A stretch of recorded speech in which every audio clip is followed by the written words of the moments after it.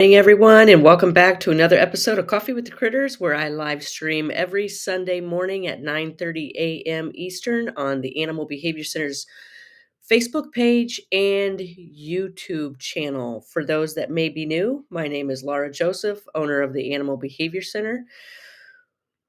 We are an international educational center where we teach people all over the world how to understand behavior using the science of behavior known as applied behavior analysis, and we do that through our work with animals, especially exotics. So you can find out more about what we do on our website, theanimalbehaviorcenter.com. There you will see all of our services, and you can also contact me if need be at Laura, Lara, at theanimalbehaviorcenter.com. So I am back from Florida with a lot of ideas, plans set into motion, so you're going to have to stay tuned. There is a lot we're working on. So let's go ahead and get started. Good morning, Stephanie. Good morning, Shelley. Good morning, everybody. One thing I wanted to discuss today, and this was based on a recent question, is one thing I try to never do with an animal or an animal's behavior. And that is, I never, before I'm interacting with an animal and I want to request a behavior, I try to never request a behavior that I cannot deliver a reinforcer for. I've got a couple things I want to talk about. First, define reinforcement. Good morning, Carol. Good morning, Ray. Good morning, everybody. Reinforcement is anything that happens after a behavior that causes the future rate of that behavior to maintain or increase. Sorry, I got a bit of a cold from traveling. So if I want that behavior to remain strong, I'm going to make sure before I request that behavior that I have a positive reinforcer to deliver. This helps keep behavior very strong, keeps a very clear line of communication, and on a continuous schedule of reinforcement, which is the strongest schedule of reinforcement. Good morning, Jeannie. Good morning, Katie.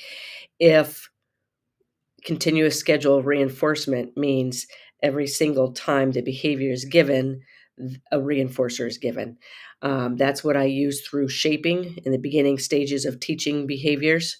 I will have that behavior on a continuous schedule of reinforcement. So before I even ask an animal to do something, I already have a positive reinforcer in mind that I'm going to use to deliver.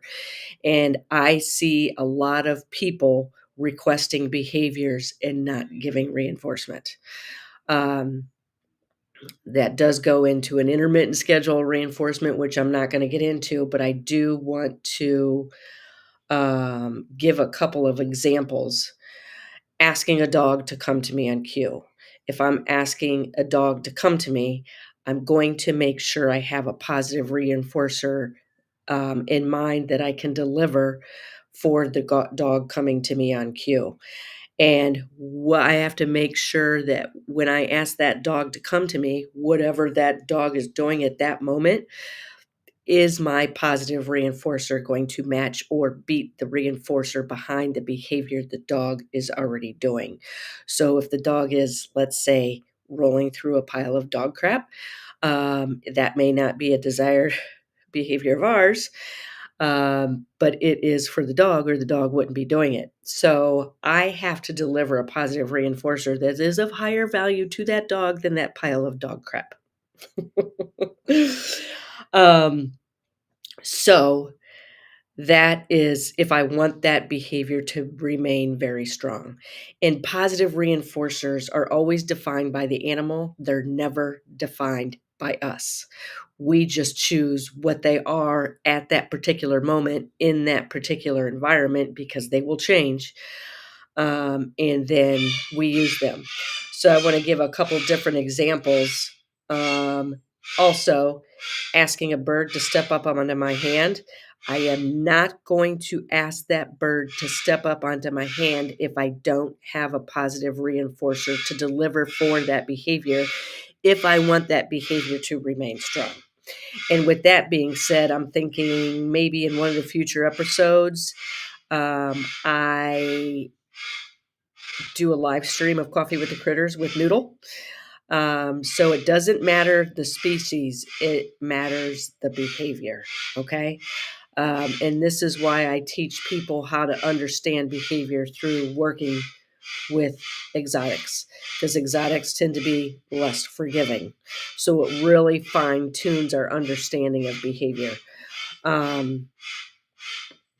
Adrian says, I really wish more people understood that the learner decides. Yeah. Most people, and this is very common, I see people request behavior and there's no reinforcer in it for the animal.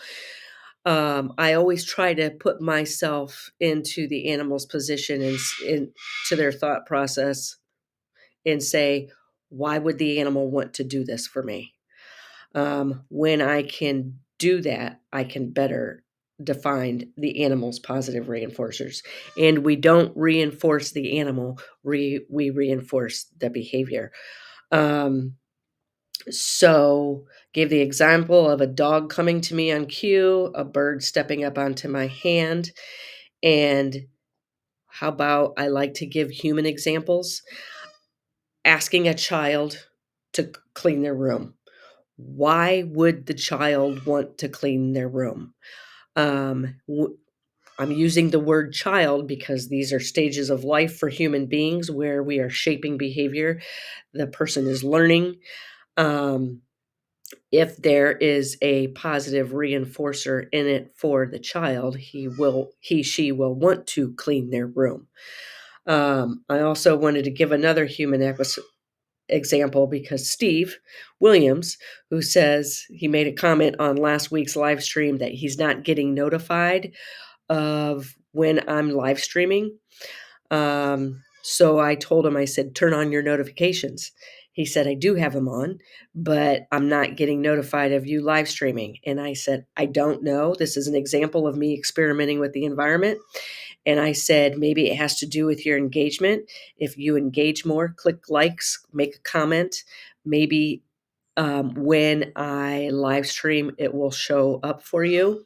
So I was thinking about that this morning. This is a form of negative reinforcement, not positive reinforcement. Negative reinforcement is when an animal or person gives a behavior to escape, avoid a consequence. And that is a perfect example of Steve Williams. So with that, if he does it. With that being said, I'm trying to keep Coffee with the Critters at 10 minutes. I just did it. A couple of things I want to tell you to be aware of. If you like the content in this live stream, take a look at our online memberships. We currently have 3 different very active ones. Foundations, where we're increasing enrichment, complexity of enrichment with a foraging toy for a dog. The advanced, which I'm training a fish right now. In the Parrot Project, which we are working on cooperative care of a parrot willingly accepting medication. Something I want to mention before we go, take a look at next week.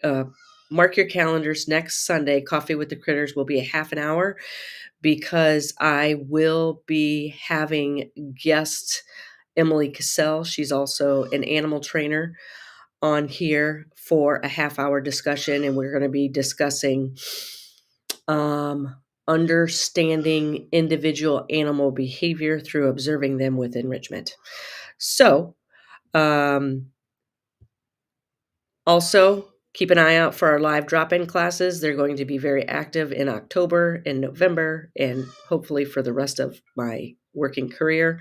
And you can also take a look at our other services we have online. And I noticed a lot of you paying attention to our nonprofit, the Sam I Can Foundation. We're going to have a lot we're getting ready to announce and getting ready to send out an email newsletter for Sam I Can. So you can go there and sign up for that. And with that, I want to say thank you, and I will see you next Sunday with Emily Cassell.